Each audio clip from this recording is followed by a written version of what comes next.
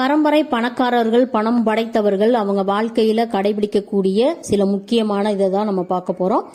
எப்பவுமே பணம் படைத்தவர்கள், செல்வந்தர்கள் வீட்டு வாசல் வீடு எப்பவுமே சுத்தமாகவும் நல்ல ராஜ அலங்காரத்துடன் வாசனையாகவும் இருக்கும்.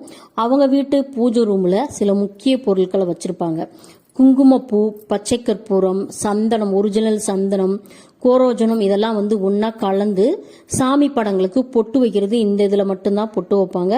இது பணத்தை ஈர்க்கக்கூடிய முக்கியமான பொருட்கள். அது மட்டும் இல்லாம குலதெய்வ வழிபாட விடாம செய்வாங்க.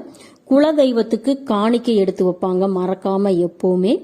அமாவாசை வழிபாட விடாம செய்வாங்க. மாதத்துல ஒரு முறையோ இல்ல வாரத்துல ஒரு முறையாவது கோபூஜை கண்டிப்பா பண்ணுவாங்க. இந்த வழிமுறைகள்லாம் ஒரு சூசகமான வழிமுறைகள்.